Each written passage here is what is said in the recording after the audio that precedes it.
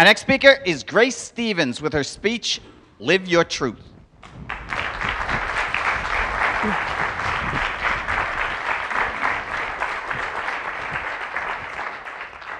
Wow.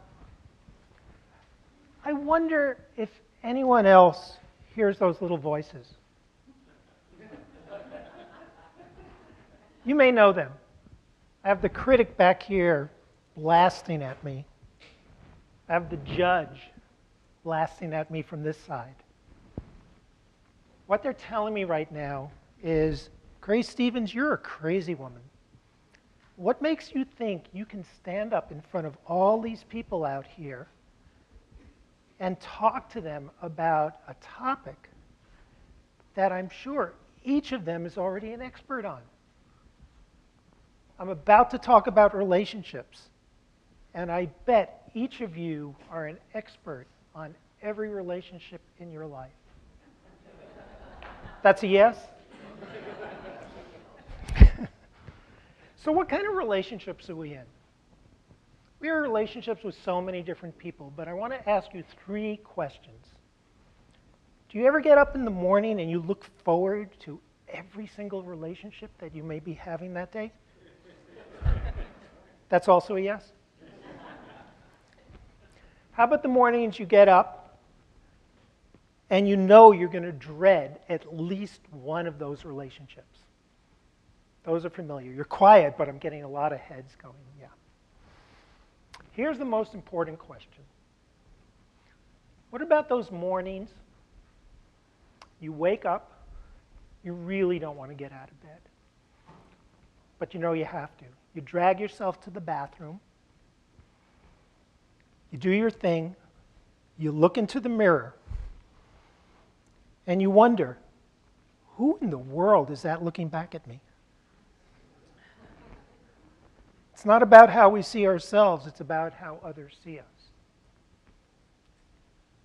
Does the question ever float through your mind, whose life are you living? I know what that's like. As a transgender woman, I hid my truth for decades upon decades, being so afraid that if I came out with my truth, I would lose every relationship in my life. Everyone and everything. It took me a long time to learn about relationships. It took me even longer to learn that the fear of loss is not just an issue for trans people. It's an issue for everyone I've ever met in my life. Let me share a little bit of what I've learned about relationships. All our relationships, all human relationships, internal and external, can be summed up in 3 bullets. We need to be seen and heard. We need to belong to something. We know no man is an island, no woman is an island. And we need to be touched in oh so many ways. But you know what our challenge is in relationship? How do we be me? How do we be unique, which we really are? How do we keep ourselves differentiated from someone else, which we must do in order to live our lives truly, and still keep the balance of being we with attachment that we also need in our relationships? It's an ongoing balance. It's an ongoing battle for each of us, no matter where you are in your life. Let me talk a little bit about fear. Rilke once said, "Our fears are like dragons guarding our most precious treasures." What I've learned is that these dragons are not monsters. They really want to be our friends. And they're waiting for us to be our own friend also. And all the treasures in your life, all the connections in your life will be yours when you have a great, total, loving relationship with yourself. Can I share a secret about relationships with you?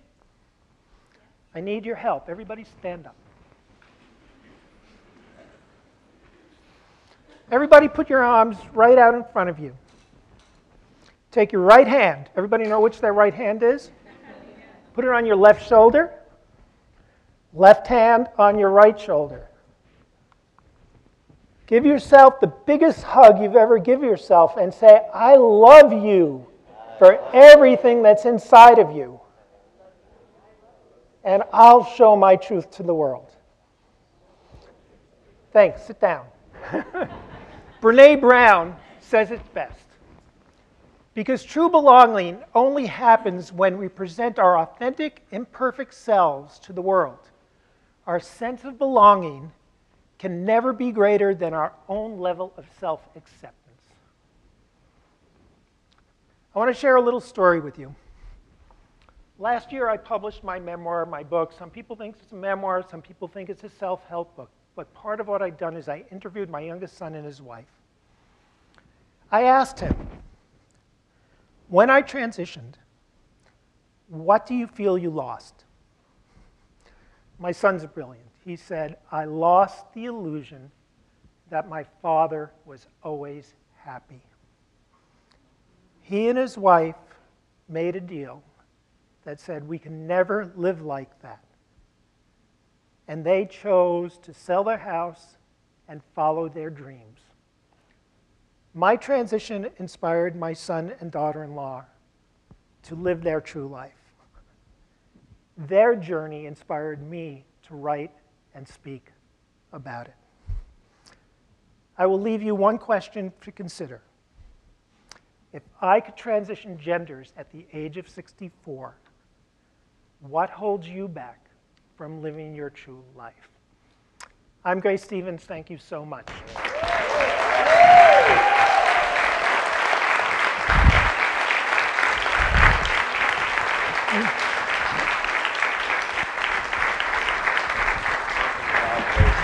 Beautiful. Thank you so much. Thank you.